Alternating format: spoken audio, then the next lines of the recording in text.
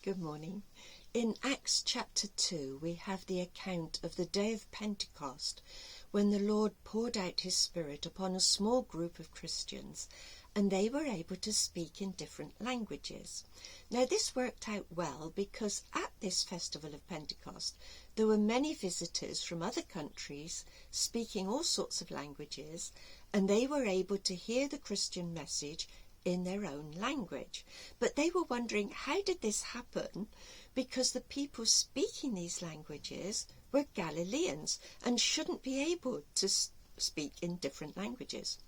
So the Apostle Peter gets up and he states to the crowd, look, you shouldn't be surprised at this, because it was prophesied in the book of Joel that God would pour out his Spirit upon all sorts of people and they would prophesy, which was what was happening. However, he continues with Joel's prophecy and talks about signs in the heavens above, on the earth below. There would be blood, fire, vapour of smoke. The sun shall be turned to darkness and the moon to blood before the day of the Lord comes, the great and magnificent day. So what did he mean when he said the sun will be turned to darkness?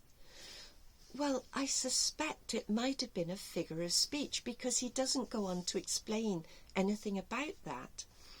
And this figure of speech is used throughout the Hebrew scriptures to represent a day of great catastrophe, a day where there's no hope. Something awful is going to happen, and there's nothing can be done to stop it. Jesus used the same wording when he gave us the sign of the last days. So, what does it mean? I looked at the commentaries to try to find out, and I was taken to the story of the Exodus, Exodus chapter 14. Now, the Israelites came out of Egypt and they were led along by a cloud during the day and a pillar of fire at night, and that went in front of the Israelites and led the way. However, the Egyptians came along and started chasing them, so the Lord moved the cloud to behind the Israelites, so that, as it says in the Amplified Bible, that the cloud became darkness to the Egyptians, but it gave light to the Israelites. So what can be dark to wicked can be great light to God's people. Now, on the whole, the commentaries view the sun turning to darkness as symbolic. They felt that there would be political and or religious upheaval to show that there would be a time when there would be no hope, a portent of something awful to come. And when you look at politics today, it doesn't exactly inspire a lot of confidence. Now, is there any way that we could view these words as literal? That there would be a time when the sun would turn to darkness?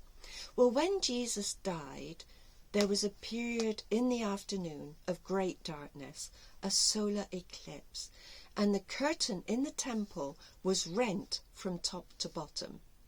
Now, a Roman centurion recognized that this was from God. He wasn't a Jew or a Christian.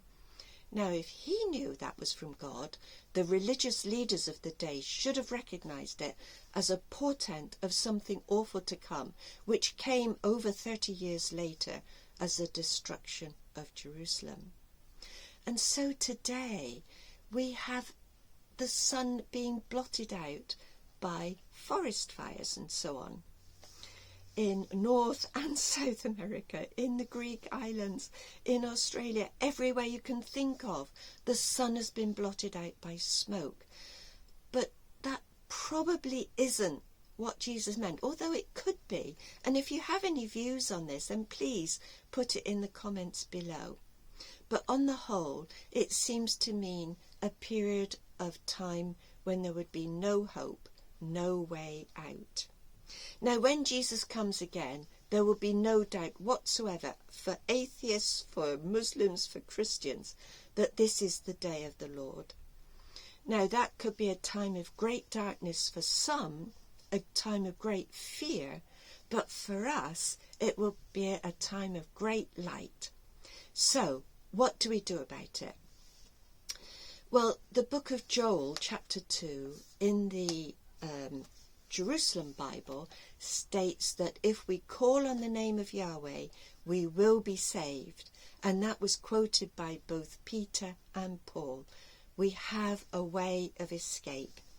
And in Luke chapter 21 and verse 36, Jesus says, "Stay awake at all times, praying that you may have the strength to escape all these things that are going to take place."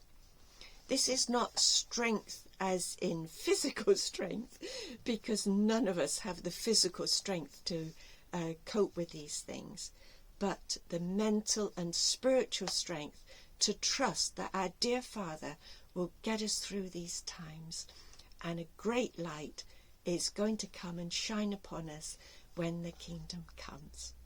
So thank you so much for watching, and God bless you all, and take care.